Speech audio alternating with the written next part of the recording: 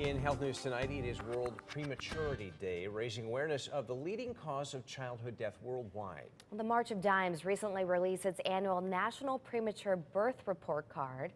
News 8's medical reporter Jocelyn Minta live tonight in our New Haven newsroom with how Connecticut fared this year and what's being done to lower that rate of premature births. Jocelyn? And Connecticut did relatively well compared to other states. Most women who get pregnant don't really think about the possibility of giving birth early. That's due in part to the quality of prenatal care available. Despite an overall grade of B, there are still too many babies born before 40 weeks in Connecticut. Taking that first breath is a struggle for babies born too soon. It is a busy morning in the neonatal intensive care unit at UConn Health Center, where 3 mothers have given birth before 40 weeks. An early birth has its complications. Dr. David Sink, medical director of the NICU, explains. We see major problems with premature lungs, and babies often need significant support to their breathing.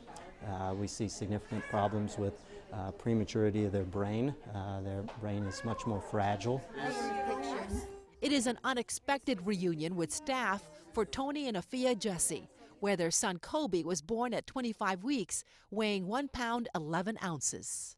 It was just some normal cramping that I had been having during the term of the pregnancy, so we didn't think anything of it until he came and said, "We're transporting you and we need to try to keep you pregnant for the next 48 hours. Her pregnancy was high risk.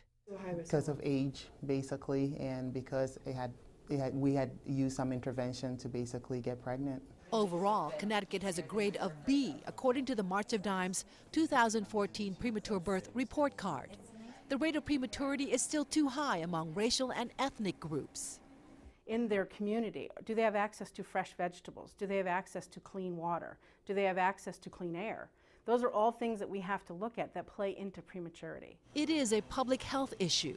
Infant prematurity is a precursor and a predictor of infant mortality. That's why the Connecticut Department of Public Health and March of Dimes are working closely together.